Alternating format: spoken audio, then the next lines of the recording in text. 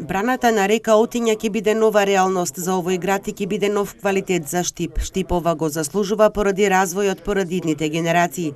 Заедно со председателот на владата Зоран Заев веќе најавивме изградба на овој капитален објект. Тоа е ветување преточено во буџетот за 2020 година преку програмата на Министерството за транспорт и врски. За изградба на браната на река Отиња се издвоени 200 милиони денари или нешто повеќе од 3,2 милиони евра за наредната година, токму за Штип за нашиот град. Работам на што е можно поскоро започнување на изградбата и ќе направам се овие средства кои се одобрени од владата да бидат искористени во поголем обем во наредната 2020 година, изјави на денешната пресконференција градоначалникот на општина Штип Благој Бочварски.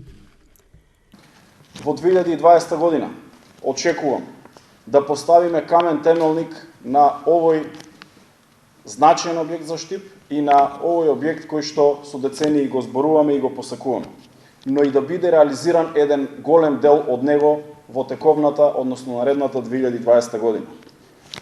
Морам да упатам благодарност до председателот на владата Зоран Заев заради тоа што после ветувањето заедно со него денеска оваа брана е преточена во буџетот на Република Северна Македонија за 2020 година со огромни средства кои што ние ќе ги искористиме, а браната ќе стане реалност.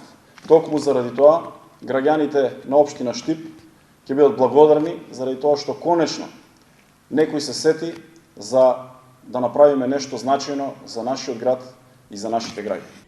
Градоначалникот Бочварски очекува општината до крајот на годината да добие согласност за деталниот урбанистички план, кој потоа ќе помине на седница на Советот на општината, пошто веќе наредната година по усвојувањето на деталниот урбанистички план ќе се извади и градежно одобрение во Министерството за транспорт и врски. Следниот чекор што ќе се направи е распишување на јавна набавка на Министерството за транспорт за избор на најповолен понудувач за изградба на браната на река Отиња. Според планираната динамика, тоа би се случило на пролет. Реално е, бидејќи зимскиот период не е погоден за изградба на големи градежни зафати, за изработка на вакви објекти, на пролет да се стави камен темелник и да започне изградбата.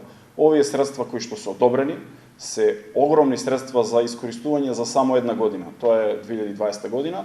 Доколку се искористат сите хипотетички, тоа ќе значи дека еден огромен дел од браната ќе биде веќе реализиран.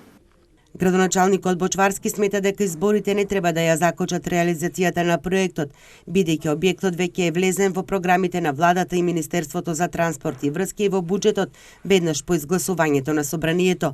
Според изборниот закон, се она што е редовна постапка не сме и не може да има застој поради изборен процес, вели Бочварски. Тој очекува дека веднаш по добивањето на одобрението за градење во текот на јануари или февруари може да се распише тендерска постапка и ќе започнат да течат роковите за конкурирање на компании кои ќе се јават за изградба.